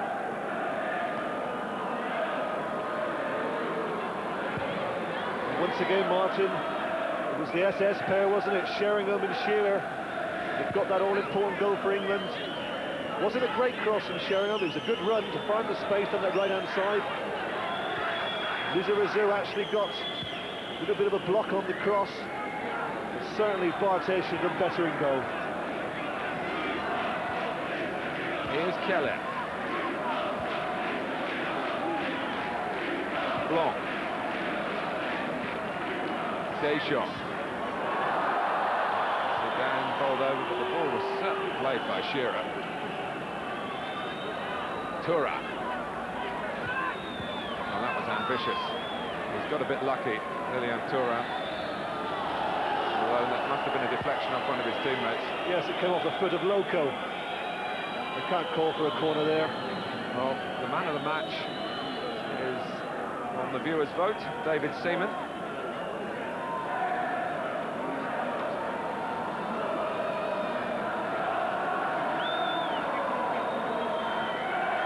But Alan Shearer, 11 goals now in his last 11 games for his country. Player who scored on his international debut against France at Wembley, February 1992. And scores again at the expense of the French here tonight. England are just got to keep it tight in the few seconds that remain. But here's Didier Deschamps. Shearer gets there, and in the circumstances, that fits the bill. Well, our away record, Mars, at the moment, it's really proven to be something fantastic, isn't it? Continue to score away from home, and also very, very difficult to penetrate. 1 minute away for another clean sheet. Vieira.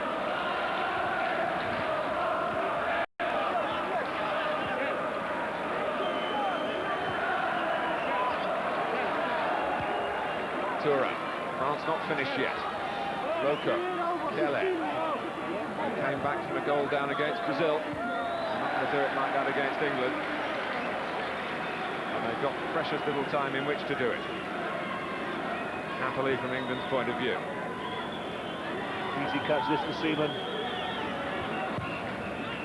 No one attempts to go in to attack it. And that's a problem for the French, Martin. If they're going to do well in this forthcoming World Cup, they've got to find themselves a goal scorer. Well, England have got themselves one, haven't they? And he's not the only one.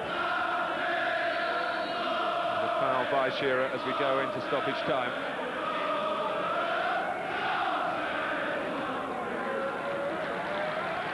Martez has to kick it quickly to try and help his teammates make up for his error.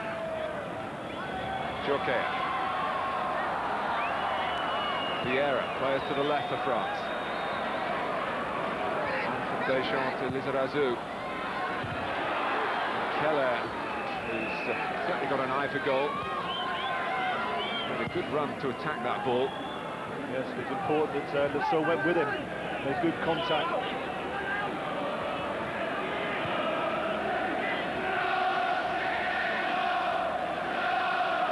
England funnel back. Thuram.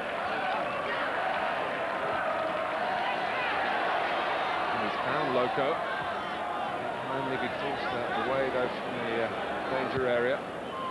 Ince gets to it in torpedo fashion. Blanc, good first touch to sweep it wide. Second minute of stoppage time. England a goal to the good and homing in on another win. Gascoigne. Just have to try and keep possession there. That was once again an excellent challenge from Phil Neville. Such an excellent pass, but Gascoigne on the scene. Unable to get away. He's got to keep possession there. Sheringham and Shearer both made good runs for him. Zidane. Last thrust maybe for France. Loco moving well again. Keller. Djorkaeff in the centre. He's the only player, Djorkaeff, in the penalty box there. 1 minute to go, desperate for a goal. They've got one player in the box. We've got one or two more arriving now. That was Vieira rubbing it goalwards. There's a break on for England here. Gascoigne, if they need to exploit it. Just got to keep the ball. No need to force the issue. They've got the go, just keep a hold of it. That's good play. England win again. Alan Shearer scores again. Very, very late on. Sheringham's cross, it did take a deflection. That unsettled Barthez, who'd been otherwise excellent, but a mistake like that has cost his side the game. 6 successive victories for Glenn Hoddle's team now. And tonight they send the host nation to only their second defeat in 36 internationals and their first on home soil under Aimé Jacquet. The value of the experience of this competition is considerable, whatever the results. But 2 wins in Le Turnoi, a terrific bonus, 6 points, and way out on top of the table. And now, Trevor, a draw against Brazil on Tuesday would mean the trophy. Well, I said before the game that a draw would be good enough for us. We've kept a clean sheet, we've gone one better than that. One of the outstanding strikers who's in the picture there in world football has done it again. And whenever you've got a player who can score goals like he can, you've always got a chance of winning a football match. Well, England had to defend for periods, they certainly had to compete, and they would have expected that in another test of their away resolve, and how successful that has been. Wins in Moldova, in Georgia, in Poland, in Nantes against Italy, and now here in Montpellier against France, and not one goal conceded along the way. You've been getting postcards from Andy Gray, but England's message home from France is quite simple. We're having a wonderful time. France 0, England 1, Nick Collins. Thanks, Martin. I've got Alan Shearer and David Seaman down here. Alan, you left it late, but good value in the end, weren't you? Yeah, it was. I thought we'd done tremendously well, but for the first 10 or 15 minutes where we had a little bit of a shaky spell to settle down, there was chances at either end, but I thought we had the better of them, and at the end of the day, I think we deserved to win. A patient performance, and yet you did, as you say, create some very good chances, didn't you? Yeah, once again, we've been tremendously solid at the back, with the back five or the back three and Big Dave here. But I've had a tremendous save in the first half. I should have put one in the second half, and the keeper's dropped one there, and I managed to tap it in at the end. So a tremendous performance again, very solid, created chances and deserved the win. Well, David, I mean, you weren't in the action that often, but you did have to pull off a couple of amazing saves, especially the one from the volley. Yeah, that's right. You know, I saw it late, but I got a good hand on it. But, you know, I'd just like to say the lads defended brilliant. You know, that was like Poland. You know, great defending, you know, limiting them to their chances. Like Alan says, we had some good chances. 2 wins out of 2. You're nearly there now, aren't you, to win the actual tournament? Yeah, I think we're enjoying it now. You know, and we're all looking forward to Tuesday, get the Brazilians on there. Alan, a different kind of performance, but given that this was in France with a difficult crowd and everything, how good a performance is this, do you think? Well, we've come to France on their home territory, as you say. They've been beaten once in over 90 minutes in 35 games, so it was never going to be easy. It was a tough game, and once again, we've had a tremendous foundation to build on with a back five and Dave there, and that enables us to hit teams on the break now and create chances like we did.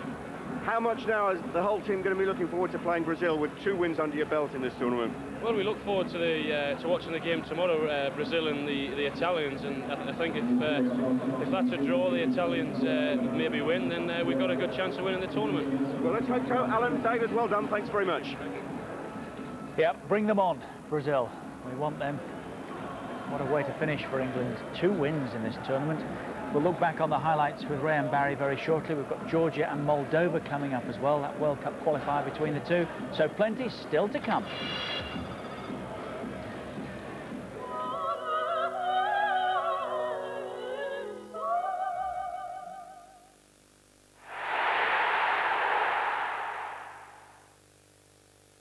When you love someone, you've got to trust them. There's no other way.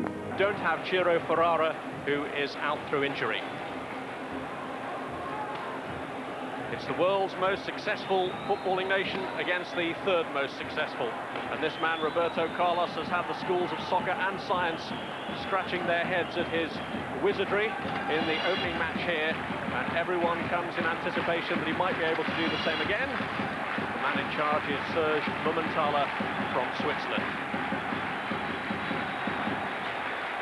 Brazil will kick off towards the end where Roberto Carlos produced that magnificent piece of wizardry. Ronaldo and Romario, what a strike force.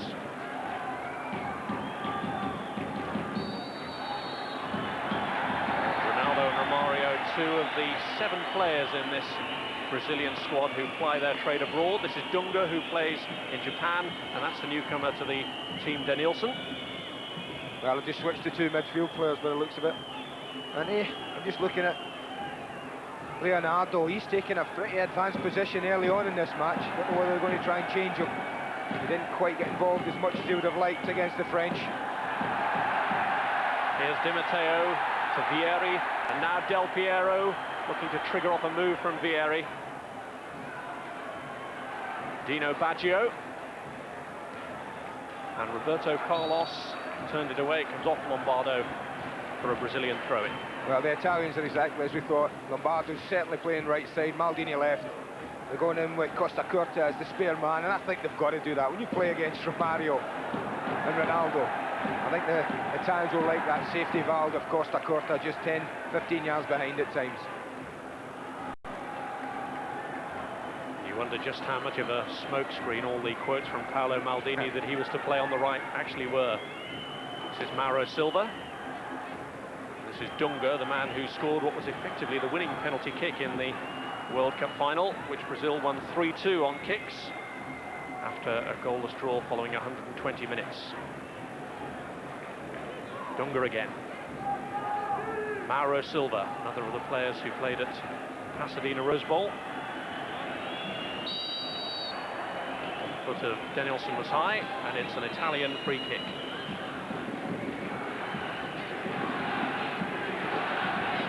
Yeah, that would even be a free kick in Argentina. Here's Del Piero. Maldini's made a burst from the back. That's going to be a great area to watch. Maldini against Cafu. I thought the first half against the French, Cafu was unbelievable in getting forward.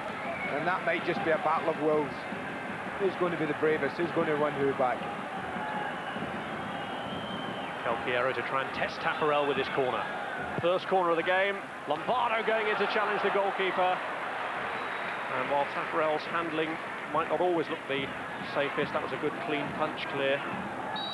Well, it might be without Zola. Del Piero showed us there's another in this Italian squad who can bend corners into a really dangerous area. It's only inches away. In the end, it's good goalkeeping, but he was scrambling for just a second. Aldair, who plays his club football in Italy with Roma. Flick was from Danielson. To Gianluca Pagliuca, who welcomed the opportunity to re-establish himself back in the first team. Maldini. Del Piero. This is Lombardo. And the challenge from Roberto Carlos gives Italy a throw-in.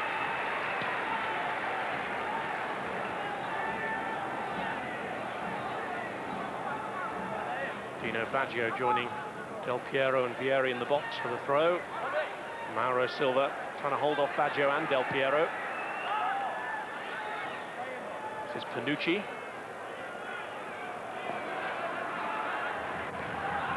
Dunga.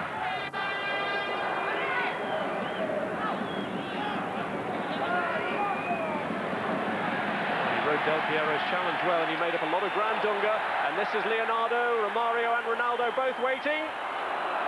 Ronaldo was the ball. I think that's what he tried to get. I was going to say it might have sat up for him. It's maybe indicating it was just running away from him a little. First bit was brilliant. The way he just tricked Panucci wide. Just what sucks him in, and it's only the deftest of touches and he's away. And from then on, he's always having a little look, looking up. Nothing blind here. He's having a look all the time. Sees Ronaldo coming in back post. I think that's who he's trying to feed it to. It does just sit up. Amazing. Surface is beautiful. But that sat up for him just at the wrong moment. Leonardo was part of the Brazilian squad at the World Cup, but didn't actually make the final. This is Di Matteo.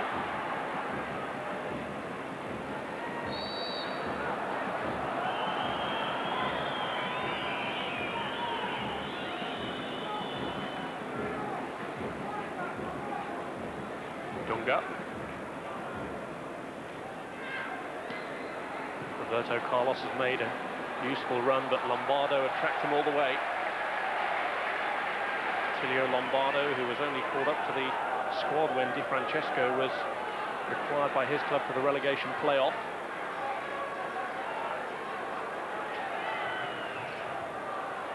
There's Leonardo.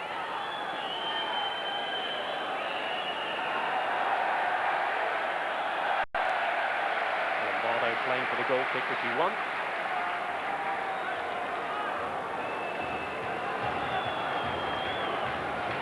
Brazil 4 times World Cup winners to the 3 that Italy have managed, and one of them was when the World Cup was staged here in France back in 1938, and they actually beat Brazil in the semi-finals. Vieri, Lombardo, Di Matteo in space to his left calling for it, Dino Baggio and Dunga in the way. Great example there. We often talk about Brazilian skill and flair. Dunga, vast experience. The ball dropped in an area where he didn't want to just pull it down. Even the best players in the world are not shy in putting their foot through it if that's what's required.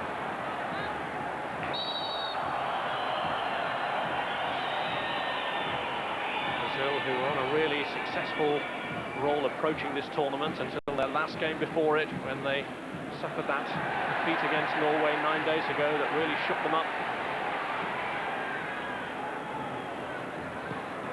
Vieri looking for Del Piero, and Italy break through and get the lead after 6 minutes, and it's the man restored to the starting lineup who's got it, Alessandro Del Piero. Yeah, he gets the goal, but Vieri did all the work. An absolutely magnificent cross. And all it was saying was, please put me in.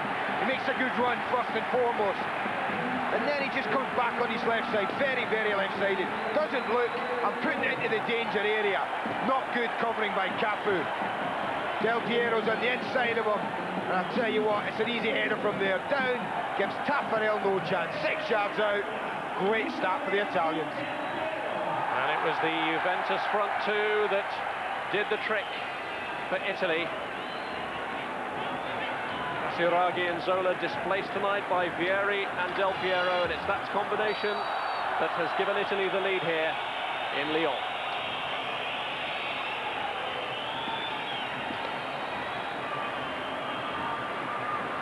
But now a Brazilian free kick. Great skill here. That's just crude from Baggio, to be fair. Guess who's going to take it? He's not going to shoot from there, is he? Put it past him. Nah, not the way he's shaping up. It's Roberto Carlos with a kick.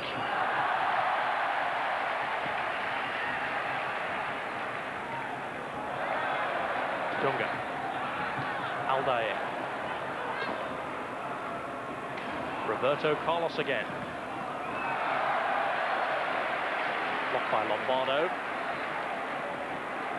For all the talk that there was about Roberto Carlos' spectacular free kick here last week, there was a lot of disenchantment at home that Brazil didn't manage to hold on to the lead it established. And there'll be further disenchantment if they fail to beat Italy here tonight.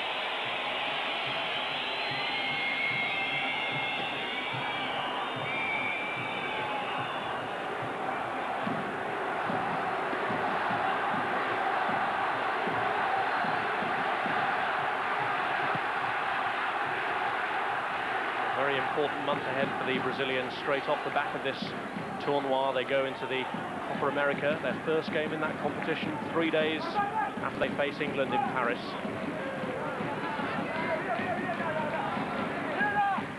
I think that's fair. I mean, to be for the Brazilians, I think that is something that they are aiming towards. I mean, and this is a tournament that I'm sure Zagallo is using to try 1 or 2 things out, experiment just a little. Given success here and success in the Copa America, I know what they'd choose.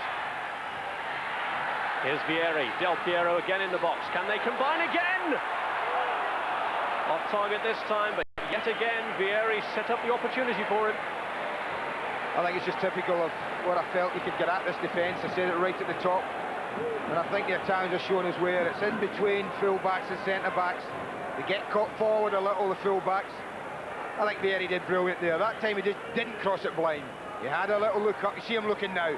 Where's my mate? He says, where is he? And he plays a super ball to him. This is a disappointing finish. Looks trying to guide it in, just comes off the shin a little.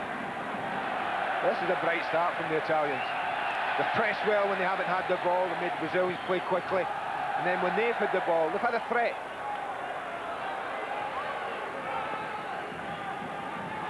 Well, there were a lot of questions asked in at Juventus when they saw the departures of Ravanelli and Vialli at the start of last season, but Vieri has really made a name for himself over the campaign, and here he is with his club mates, producing the goods at international level.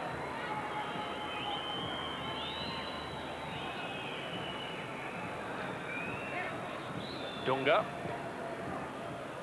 This is Danielson.